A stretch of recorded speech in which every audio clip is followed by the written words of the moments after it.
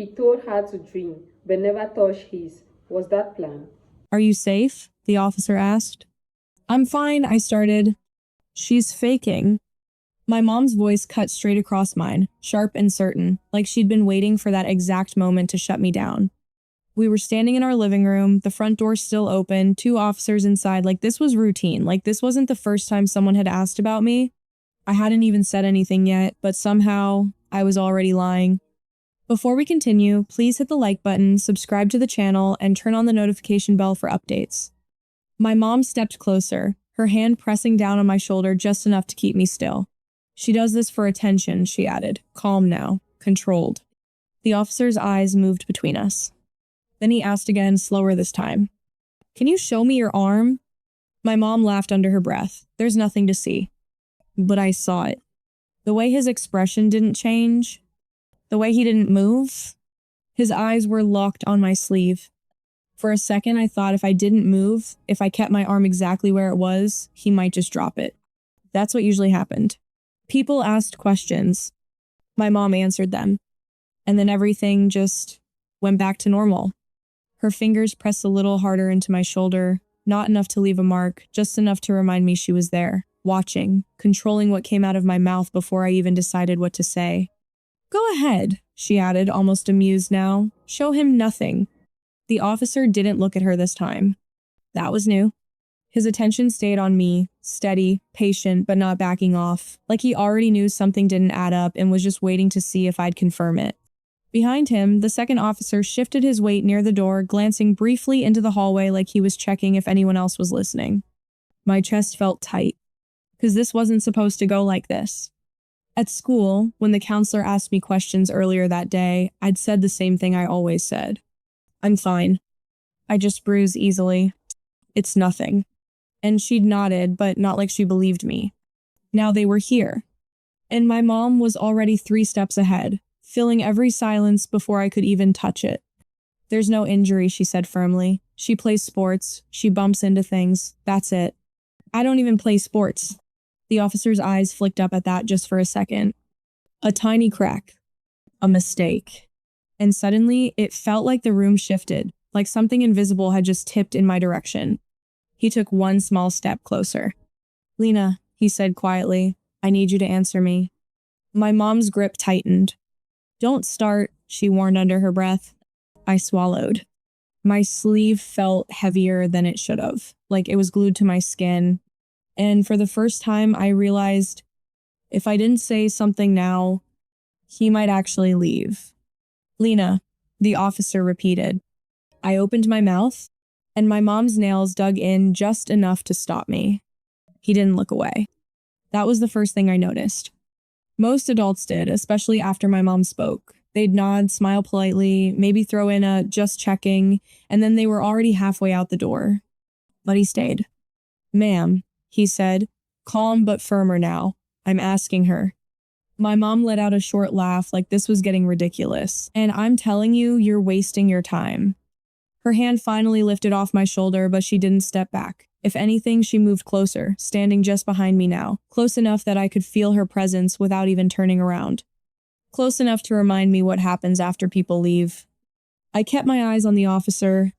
Lena, he said again, softer this time, like he was trying a different approach. Can you tell me what happened today at school? My stomach dropped. So that's why he was here. I shook my head quickly. Nothing. Someone overreacted. The words came out automatically, practiced. From behind me, I felt my mom relax just slightly. Exactly, she cut in. Thank you, finally. But the officer didn't nod this time. What did they overreact to? He asked. I hesitated. And that was enough. Because now, he was watching me closer. Not just listening, studying. She bruises easily. My mom jumped in again, faster now. It's been like that her whole life. That so? He said.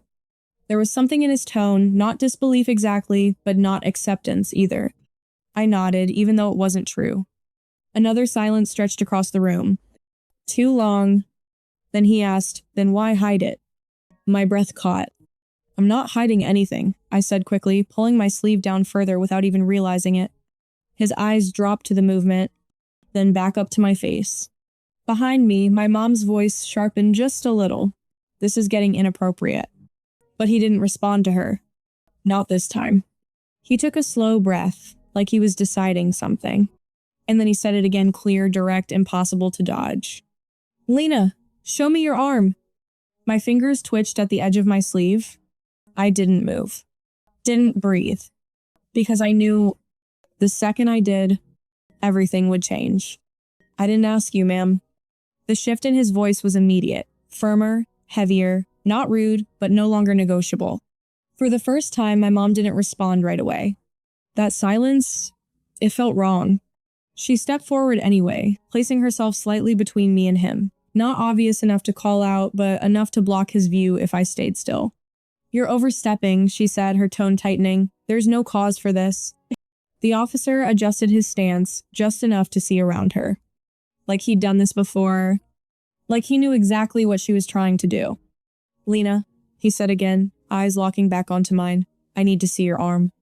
My heart was pounding so loud I was sure they could both hear it. Behind him, the second officer moved closer to the doorway, his presence suddenly more deliberate, not just observing anymore, ready. That made it worse. This wasn't quiet anymore. This wasn't something that would just disappear. My mom let out a sharp breath, then laughed too loud, too quick. Unbelievable, she said. Fine. You want to see something? She bumps into things. She's clumsy. That's what this is. But she didn't actually move out of the way. And that's when I felt it. Her hand wrapping around my wrist. Tight. Not enough to draw attention, but enough to stop me. We're done here, she added, her voice dropping lower, controlled again but different now, strained. The officer stepped forward immediately. Ma'am, he said, sharper this time, let go of her. For a split second, no one moved. Then the second officer stepped fully inside, the door creaking slightly behind him as it swung wider open. Now it felt official. Real. My mom's grip tightened just for a second longer. Too long, because in that moment, something shifted. Not just in the room, in me. If I stayed still, this would end the same way it always did. Silence. Denial. Nothing changing. My fingers moved before I could overthink it. I twisted my wrist just enough and pulled back. Her grip slipped. The fabric of my sleeve dragged against my skin. And then it slid up. Everything stopped. The room, the voices, even my breathing. Because now he could see it. He didn't react the way I expected. No sudden movement, no loud questions, just stillness. But his face changed. Not shocked, worse, focused. Like he'd seen this before and already knew what it meant. His eyes moved slowly over my arm, taking in everything I'd spent weeks trying to hide. The fading yellow bruises near my wrist, the darker ones higher up. The thin, straight marks that didn't look accidental no matter how you explained them. Different stages, different days. A pattern. Behind him, the second officer exhaled quietly, like he'd just confirmed something without needing to say it out loud. No, my mom said quickly, stepping forward again. She did that to herself. The words came too fast. Too practiced. The officer finally looked up at her. How? One word. Flat. Direct. And for the first time since they walked in, she didn't have an answer. I don't know, she said, stumbling just slightly. She scratches. She's dramatic. It's not scratches, he cut in, calm but firm. Silence dropped hard into the room. I could feel my arm shaking now, exposed, vulnerable, but I didn't pull my sleeve back down. Not this time. Because something had already shifted. He turned back to me, lowering his voice just enough. Lena, he said, did someone do this to you? My throat tightened.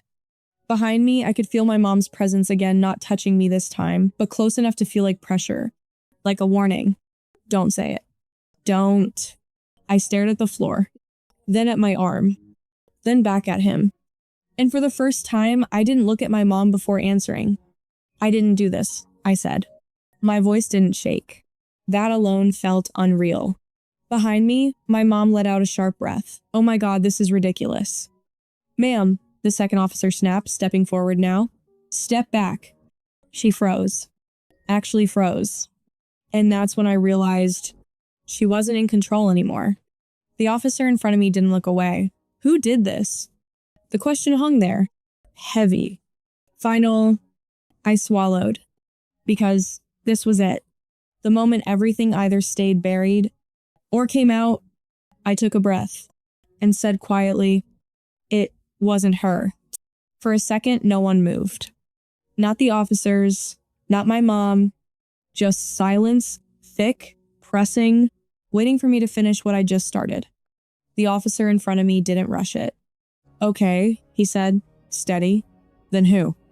My chest tightened again, but not the same way as before. This wasn't fear stopping me. It was everything finally lining up. I started, my voice catching just once. Mark. The name landed heavy. Behind me, I heard it the shift. My mom's breathing, sharp and uneven now. Don't, she snapped immediately. Don't you dare. Ma'am, the second officer cut in, louder this time. You need to stop. But it was already out. He's there when you're not, I said, the words coming faster now, and sometimes when you are. I told you. My voice cracked then. I told you weeks ago. The officer's expression didn't change, but something in his posture did. More certain now, like the last piece had clicked into place. He glanced briefly at his partner. No words, just a look. That was enough. Is Mark here right now? He asked. I shook my head. No, he left this morning. My mom let out a shaky laugh, trying to grab control back, but it didn't land the same anymore. This is insane. She's making this up because she doesn't like him. She reported it to you? The officer interrupted, turning to her. That stopped her. Completely. She says things, my mom stammered. She exaggerates. So you were aware, he said, voice flat now. Another silence. This one worse than all the others. Because there wasn't a way out of it. Everything after that moved fast, but not chaotic, controlled. They separated us. The second officer stayed with my mom, asking questions she couldn't dodge anymore. I could hear pieces of it, her voice rising, then breaking, then trying to pull itself back together. Excuses, deflection, nothing sticking. The first officer stayed with me. Same calm tone, same steady eye contact. But now he was writing things down. Every detail I gave him when it started, where it happened, what I told my mom. He didn't interrupt, didn't doubt, just listened. Mark was arrested that night. I didn't see it, but I heard enough later to know it wasn't quiet. My mom didn't come with me when I left the apartment. She couldn't. They told her to stay. The next few days blurred. Interviews, a quiet office at school, a woman explaining things slowly, like she didn't want to scare me off. And then my aunt's house, a place I hadn't been in years. No one interrupting me. No one answering for me. My mom was charged, not for what he did, but for knowing, for ignoring it, for shutting me down when I tried to say something. That part stuck. Because it wasn't just what happened. It was that she chose not to see it. A few days later, my phone rang. Unknown number. I almost didn't answer. Hey Lena, it's Officer Reyes. His voice was the same. Calm, steady. I just wanted to check in. I looked down at my arm, resting on the table. The bruises hadn't disappeared, but they weren't hidden anymore. They're taking it seriously, he added. You did exactly what you were supposed to do. I didn't know what to say to that. So I just said, okay. But after the call ended, I didn't pull my sleeve down. For the first time in a long time, I didn't have to. And no one was there to speak over me anymore. Would you have drank it or noticed the smell? Tell me what you will do.